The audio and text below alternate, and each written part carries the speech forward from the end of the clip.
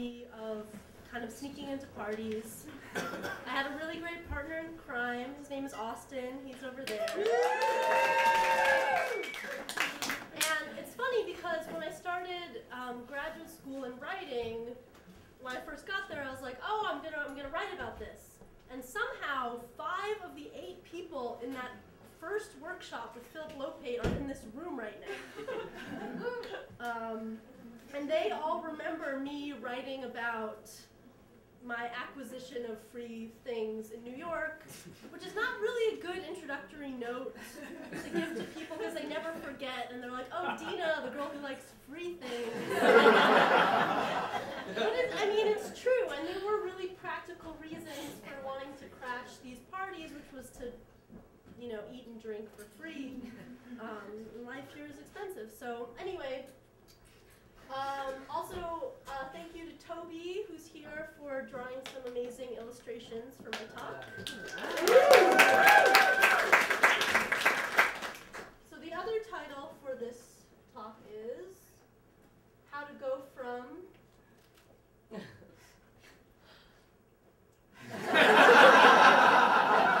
I haven't made a PowerPoint presentation since high school, so I went a little bit overboard with cheesiness. So the most difficult thing is finding the party. Seriously. Once you have the date and address, you're 75% in the door. 85. 85. I made that up. Even better. So for example, here's an invitation I got in the email to a party that happened on Thursday. This is the premiere of the movie Cedar Rapids, and then there was an after party at the whatever it's called. And I was invited to this party for real because this is not in here, but another tip that I'll add is a great way to get into parties is befriend marketing people and publicists. So when I was in Sundance, I happened to make friends with the vice president of marketing for Fox Searchlight Films. So that's another tip. It's not in there, but anyway. So that's an example of, you know, finding out where the party is. Even if you weren't invited, if you could get somebody to forward you something and find out where it is, you're 85% in. Okay. So getting in. You arrive at an event you'd like to attend, you're not one of these, you're not on the list, and you confront one of these. What do? I'll tell you. Number 1. Check for alternate entrances. Are there other ways into the building? Fire exits, back doors, catering entrances, other stairwells, elevators, etc. That's your best bet. Avoid the door person altogether. Oh, and completely pointless. So this is props to Justin.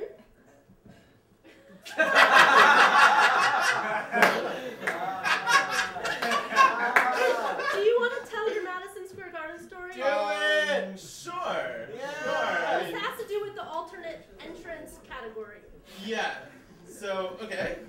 Dina and I think, was throwing out her idea to me, and the idea was this topic, and I was like, oh yeah, back when I was in high school, I wanted to go see the Grateful Dead. I would bring masking tape and get in the first night, like they'd play 8-night runs, and so we taped the doors, and then the next night, at Madison Square Garden, the fire exit doors, and then use that to get in, and like, you'd walk in, you'd just put your hand underneath like the ledge, like over here, and we'd get in, and like, you know, 10 or 15 people would then run up the doors, and then once there was like a fire exit door to get into like the last portion to be into the show, and I had a plastic fork on me. I think that's the story that you might be thinking of, or that's the one I remember. I had this plastic, it was the only way I can get through, was like, the only thing I had on me was a plastic fork, and I figured out how to open up, like using the tines of the fork, I got the door open, and I don't know, is that what's what you're talking about? I thought that was pretty awesome, so I think that justified its own illustration and slide. I feel like yelling, like, you know. So, the fast walk.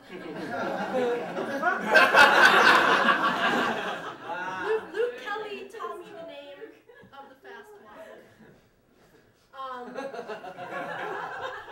Just walk straight by the person.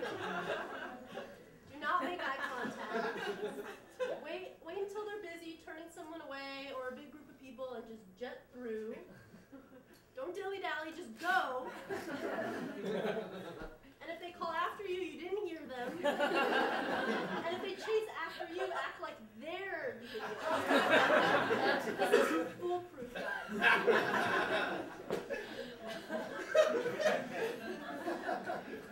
Okay. Wait, Tina, can you act like they're the idiot? Yeah. What? It's like act it out. Act what out? The whole slide. You get it. Come on. Isn't there a speed limit to the fast walk? No, the faster the better.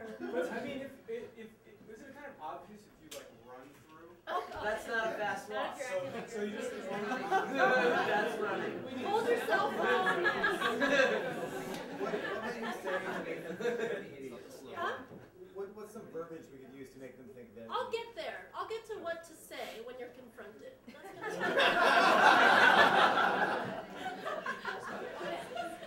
So get there early or late. Early bird gets the worm. Fries it. So if you get there early, they're setting up, you can usually just hang out in the venue or hide in the bathroom. And a personal story is when I was 16, I really liked this band called the Yonder Mountain String Band. And they were playing at the House of Blues in LA, and I think it was an 18 or older show when I was 16, so I knew I couldn't get in. So I just got to the show 2 hours early. And just got into the venue because they they weren't expecting anybody to be there. And I just went straight to the bathroom, which would have been okay if there wasn't a bathroom attendant. So I just kind of went into the stall, and periodically, the woman was like, "You okay in there?" And I was like, "I have a stomach ache." And then afterwards, she gave me Tums. And then I went into the show, and it was awesome. So. Or if you get there late enough, the door person is probably too drunk to be there. So there's a window of arrivals, and if you get there before then or after, they usually don't care. Practice reading upside down. If you can see the list, just find a name and say you're that person. I did that once. And this girl was really frustrated because somebody wasn't on the list and they were trying all of the oh, somebody said I was on the list, and they were being really frustrated. So when she kind of got to me, I was like, "Oh, I'm right there." And she's like, "Great." And she was so relieved that I wasn't that she just let me go right in. Yeah, or you can just kind of point and be like, "That's me." Or guess a common name. Actually,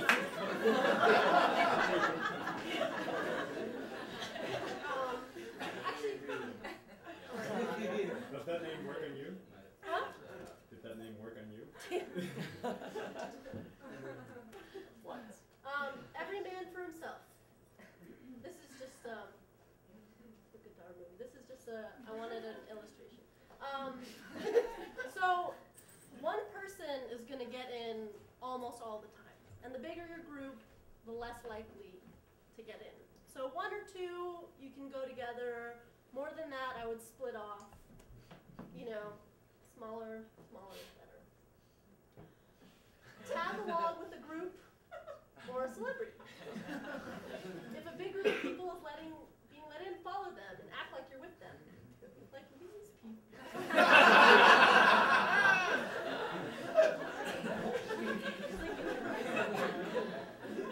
Same goes for celebrities. Sometimes celebrities will just have kind of a big crew, and you can just kind of get in with them. So if you do have to talk it out, you're not on the list, you're not sneaking in, you have to talk to the list person. There are some things you can say. Do you know who I am? Followed by fast. Or I'm with the press. It's a good one. Or just act the best. I don't know why I'm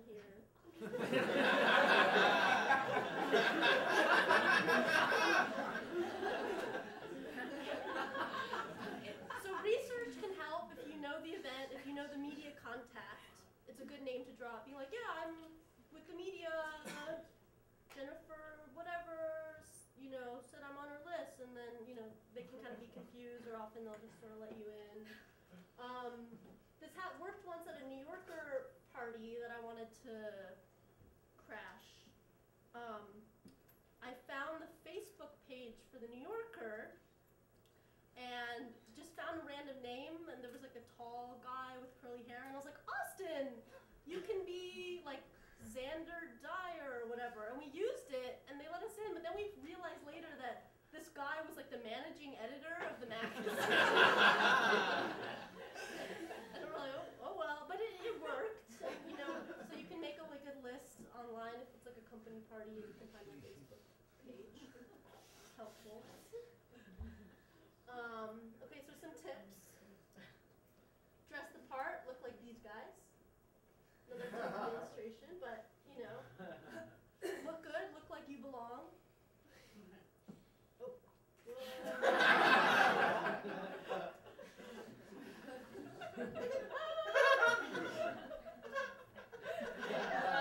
Smile, but don't make eye contact. Sorry, this is really cheap. Think of yourself as invisible. They can't see you. You can't see them. Just go. Be friendly, but severe. Be tough. Insist. And fit in. And I put a cartoon because I thought every PowerPoint presentation needed a cartoon. So this is kind of hard, but there's like a giant dude, like sumo wrestler, and everybody else like, I think we got a gate crasher. So it doesn't fit in. Or you can always try to be on the list, right? So if you can find the event or RSVP information, you can sort of just be RSVP and be like, I want to RSVP to your party. And often they'll just be like, okay, not even ask.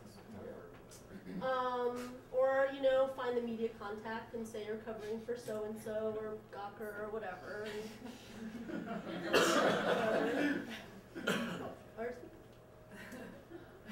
Okay, so wristbands and stickers, another way of entry. So some parties, will give you wristbands or stickers, museums too. And if you're looking for these, it's a good idea to check garbage cans. No, it's true. Like outside or like in the lobby, like sometimes when people leave, like this is where to the Whitney, for example, we need to get the stickers. So a lot of times people just leave and throw it out. So if you can get it, you can put it on. Austin and I actually went to the Brooklyn Museum. It was the last day of what photographer was that? Yeah, it was the last day of her show, and so it was really crowded. So I found these stickers in the bathroom that somebody had thrown out. I didn't even know what they were, but I put them on, and they're like, "Oh, this way!" And they basically ushered us in front of the line had gone all the way out the museum. It turns out they were special member stickers. So we gotta, see the event and not wait in line. Yeah, and if somebody's leaving, be like, can I have your sticker? Can I have your wristband? Yeah, blah, blah, blah. And then if there's hand stamps, it's a classic lick the stamp move where you lick it and then you can kind of smush it on the other person, make an impression of the stamp. Or you can make your own press badge, like David Horowitz did. If you go to that site, he explains how to do it, but he presents that at museums and it basically always works.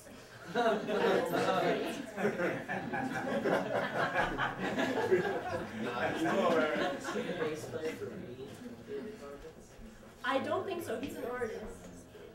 All right. So basically, all of this is psychology. Confidence is key. Own it. Shame is the enemy of fun. 80% of success is showing up. And the worst thing that can happen is they don't let you in. A lot of people get scared, they get nervous, but they're, they can't hurt you. It's all up here. It's all in the mind.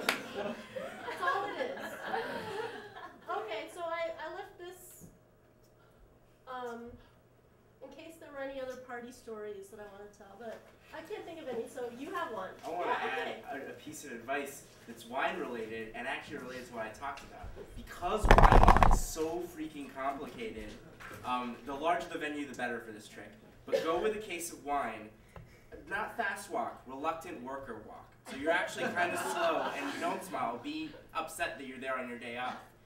And if they stop you, you try to use a service sentence. And if they stop you, then you say, oh, yeah, I work for makeup and distributorship, makeup a random name, Empire Distributor, and there's some kind of party in there that needs a very specific wine, and I had to drive in from the other side of town to deliver this. It's always better if you call beforehand, because it's a venue and they have a beverage manager. So just ask, is the beverage manager in? And they'll say, no, Randy's not here till Wednesday.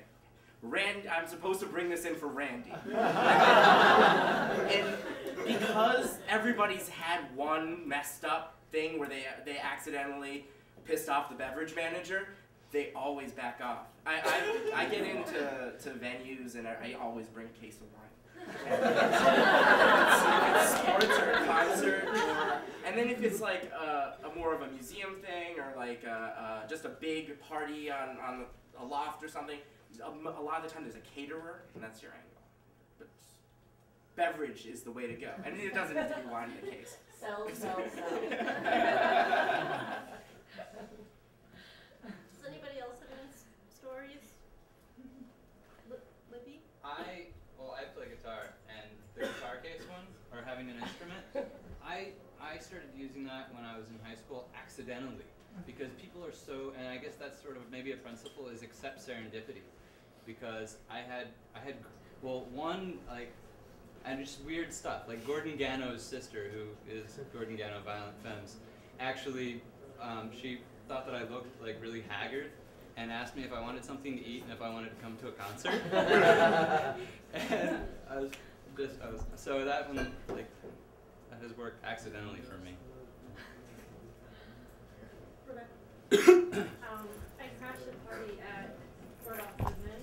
It was like a cocktail jewelry party, and everyone was going to Indian Consulate for the after party, which was a sit-down dinner. So we just walked with everyone to the Indian Consulate, and then I said, well, I'm definitely on the list. I don't understand what the problem is. This is ridiculous. Like, I've just been at this big party. I'm definitely on the list. And they got really flustered, so we just went in. But it was a sit-down dinner, so there was like, all seating.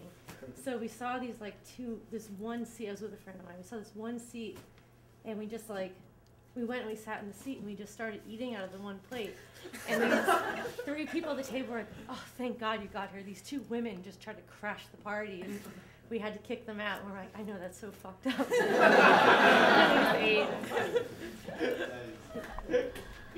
I think I forgot to say, insist that you're on the list. Yeah. That works too. This one's highly specific, but if you're ever trying to get into a Styx concert at Pomona, there's like an overhang. It's like kind of corrugated metal. Don't take that because it's been greased. The thing you're going to be able to get over, but it's greased. So we were milling about, and we were informed that since the concerts at Pomona County Fairgrounds take place on the horse track, if you come in and you say you have to cash in your ticket from earlier in the day for your horse track, they let you in, and then you take the side door into the concert. So just pretend you have a horse ticket. I've got enough. For big, I've done my turn at some of this.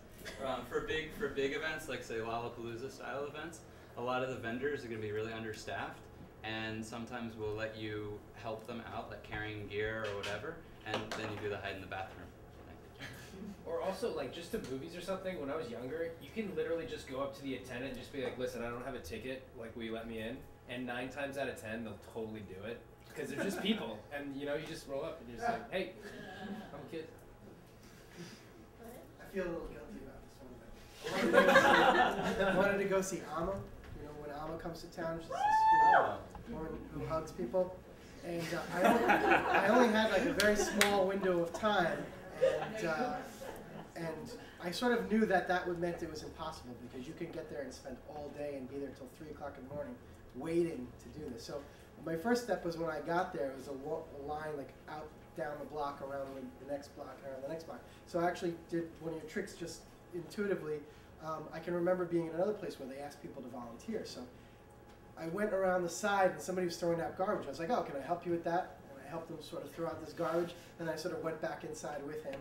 So now I was inside, but you have to get a ticket to actually go up and see Amma. So, and that was, and they give you a ticket automatically, but it would have meant I had to be there till 3 in the morning. And I only had a very short, I think I had like an hour and a half on my parking meter or something like that. So, so actually, I just took a positive attitude, and then somebody was looking for volunteers to do something else.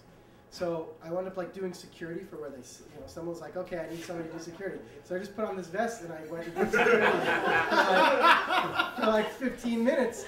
And then I kind of made friends with some of the other people who were walking around there, and I started saying, oh, I have to leave soon, and I'm not going to get to see Amma. And she was like, oh, I have a ticket right here that was for, it was like a number that already passed, but at that point you could go up at any point. So I got done with my volunteer service, and I just went right up to the front of the line. I got back to my car before the meter expired, and it was brilliant. But evil don't do that. So mine's more of a confession. It's actually how I met Dina. I crashed a James Franco art party at the Clock Tower, and mostly just by going with people who were also going. But I met you there, and then I followed a big crowd to an after party, which was in this like Fellini-esque townhouse, and I didn't know anyone. It was the strangest place I've ever been, and they were just insisting that you drink champagne and wine, which I obliged, but I was getting more and more sort of like freaked out, and then at one point I just opened a door because I had this bag and I wanted to set it down, and Marina Abramovic, if any of you know who that is, she had just finished staring at people for about 3 months at the MoMA. That's the first person that I make eye contact with, and she stares like into the center of my soul and goes, you can put your bag down here.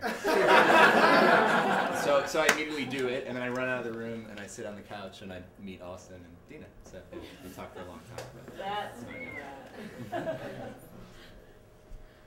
so I'm like a huge Eminem fan, and in high school, there was this and I've been a fan for like 13 years. So in high school, there was this big concert or whatever, and to get in the front section, like the general admission when you're close to the stage, you need a yellow wristband. So I took a napkin and put mustard on it, put it around my wrist, and like show my wristband and got in the front section. That reminds me of when the same thing. It was a Weezer concert, and you needed to get to the floor. You needed a special ticket, and so I walked backwards through the exit door.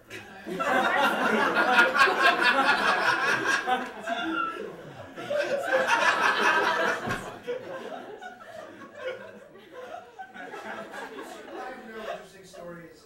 Let's go back to how we turned the listener into an idiot, because that seems really relevant. You rush by, they confront you, and you act like they're the idiot. Can you go back to that? You want to go back to that slide? Or you Well, want me just to that. There were some techniques, I think, too. Well, I don't know if I think you want to put yourself into the mindset of somebody who belongs at the party. And if you belong at the party and the publicist is chasing you down, you're like, what the fuck? I belong here and you're hired to work here. Like, this is my party time. Like, what do you think you're doing? You just let me in. We just discussed this. Yeah, or usually there's several people, so be like, yeah, just talk to that other person at the door. Typically. Well, I'm just calling him an idiot. Can you do that? Yeah. There we go. In my college years, I had success with bribery. Oh. Bribing the doorbell. Yeah, sure. Sure. It's not free. But it's less than making it Well, that's for me. I never give the wine to anybody, to clarify that part. I was a journalist for a number of years, so I have a lot of experience talking my way backstage, etc. From what I've seen, the press card thing doesn't go very far in general. If you're willing to make bribes and stuff, you're willing to make an investment, you might buy a small audio recorder and just kind of be holding it when you're talking to the doorman, saying, I'm here to interview such and such. And then the good side effect is you might end up hanging out with the stars of the party. Yeah, cool. Totally. Yeah. I think the panic attack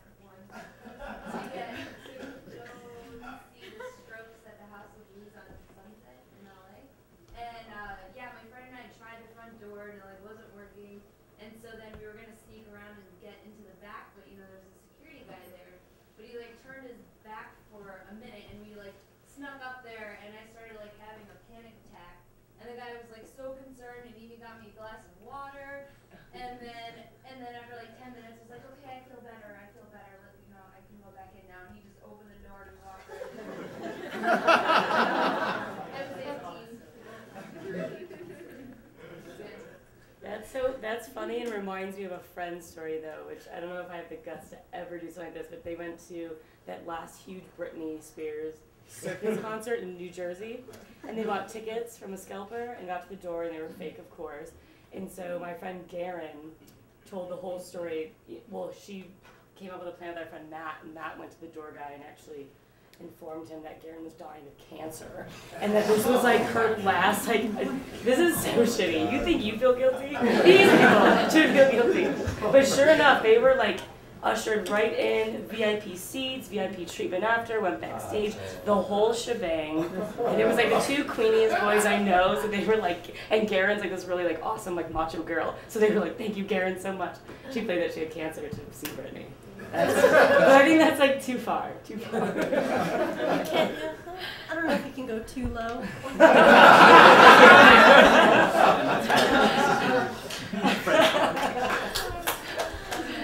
All right, well, probably are way over time. So thank you guys.